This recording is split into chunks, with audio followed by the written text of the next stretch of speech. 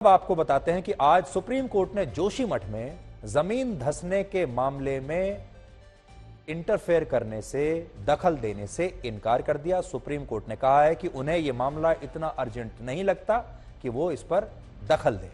आज उन्होंने 3 बड़ी बात सुप्रीम कोर्ट ने कही है। अदालत ने जोशीमठ के मामले पर तत्काल सुनवाई से इनकार किया। दूसरी बात, अदालत ने कहा कि जरूरी नहीं है कि सभी मामलों की सुनवाई सुप्रीम कोर्ट में ही हो, यानी ये इतना बड़ा मामला नहीं है कि इसे सुप्रीम कोर्ट में लाया जाए। तीसरी बात सुप्रीम कोर्ट ने कही कि देश में लोकतांत्रिक तरीके से चुनी हुई दूसरी संस्थाएं मौजूद हैं जो ऐसे मामलों का निपटारा कर सकती हैं। यानी उनका जो इशारा है वो ये है कि भाई हमारे देश में बहुत सारी सरकारें हैं, राज्य सरकार है, केंद्र सरकार है, दूसरी संस्थाएं हैं, उनके पास जाइए और उनसे कहिए कि वो इस समस्या का निपटारा करें, हमारे पास मत आइए। इसके साथ ही सुप्रीम कोर्ट ने अब कहा है कि वो इस मामले की अगली सुनवाई 16 जनवरी को करेगा और 16 जनवरी तक तो बहुत पानी निकल जाएगा। अब जोशीमठ की इस त्रासदी का भावनात्मक पहलू देखिए। जोशीमठ में कई ऐसे परिवार हैं जो अपना घर छोड़ने के लिए तैयार ही नहीं है और ये वो लोग हैं जिनके घरों में दरारें आ गई हैं। उन्हें घर खाली करने के लिए कह दिया गया है, नोटिस भी दे दिया गया है। इन लोगों का कहना है कि उनकी जिंदगी का एक बड़ा हिस्सा इन घरों में बीता है, इन घरों से उनका कई पीढ़ियों का रिश्ता है, इसलिए वो अपने घरों को छोड़कर नहीं जाएंगे। हमें बहुत खुशी हुई, हमारे भाइयों ने पक्की मकान बना दी। हम आएंगे, रहेंगे, खाएंगे, पिएंगे, इधर नरसिंह मंदिर जाएंगे, घूमने बद्रीनाथ जाएंगे। तो अब क्या लेके जाएंगे हम? अब तो ऐसा है, अब हमारे भाइयों के लिए रहने के लिए मकान ही नहीं।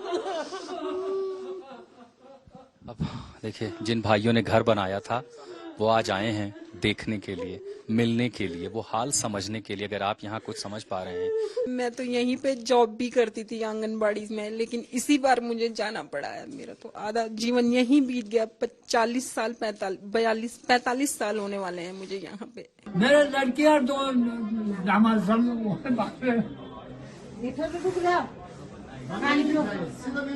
अब चाहे तो हम कहा जाए। अब जोशीमठ में कुछ लोगों ने पूजा पाठ भी शुरू कर दी है। अब आप देखिए, दोनों बातों में अंतर देखिए। हल्द्वानी में भी यही हो रहा था। हल्द्वानी में भी लोगों को कहा गया था कि वो अपने घरों को छोड़ दें और वहां पर लोगों ने दुआएं पढ़नी शुरू कर दी थी और लोग कह रहे थे कि हम अपने घरों को नहीं छोड़ेंगे। सुप्रीम कोर्ट ने तुरंत उनकी सुनवाई भी की और उन्हें तुरंत राहत भी दे दी। यहां पर लोग दुआएं तो नहीं पढ़ रहे हैं, लेकिन पूजा पाठ कर रहे हैं, कीर्तन कर रहे हैं कि किसी तरह अगर कोई नहीं सुन रहा है, सरकार नहीं सुन रही और अगर कोई प्रशासन नहीं सुन रहा, अदालतें नहीं सुन रही, तो शायद भगवान ही उनकी बात सुन ले।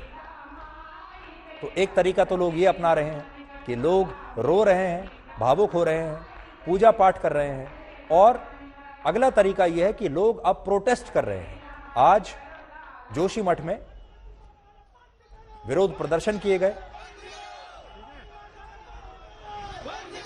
और लोगों की सबसे बड़ी बात यह है कि जब यहां पर यह काम हो रहा था अंधाधुंध कंस्ट्रक्शन का, जब होटल्स बनाए जा रहे थे, जब लगातार यह कंस्ट्रक्शन हो रही थी, जब इन पहाड़ों के सीने में ड्रिलिंग की जा रही थी, तब सरकारों ने इसे नहीं रोका। अब उन होटल वालों की वजह से, उस पूरी कमर्शियल एक्टिविटी की वजह से आम लोगों के घर गिर रहे हैं, ढह रहे हैं, आम लोग विस्थापित हो रहे हैं और लोग ये कहते हैं कि आपने उन होटल्स को बनने ही क्यों दिया, आपने ये स्थिति उत्पन्न क्यों होने दी, आपने तब इस कंस्ट्रक्शन को रोका क्यों नहीं।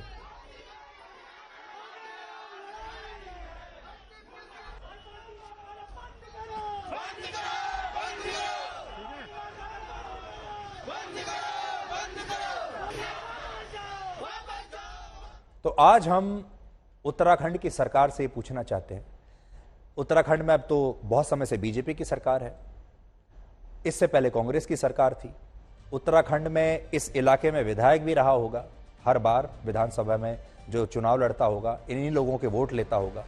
इसके अलावा वहां सांसद भी होगा, प्रशासन भी होगा, सरकारें भी होंगी। जब ये सब अंधाधुंध कमर्शियल एक्टिविटीज वहां पर चल रही थी, जब लगातार वहां पर सुरंगें खोदी जा रही थी, नए नए प्रोजेक्ट्स लाए जा रहे थे, जब वहां पर एक के बाद एक होटल्स बन रहे थे, तब सरकारों ने उसे क्यों नहीं रोका?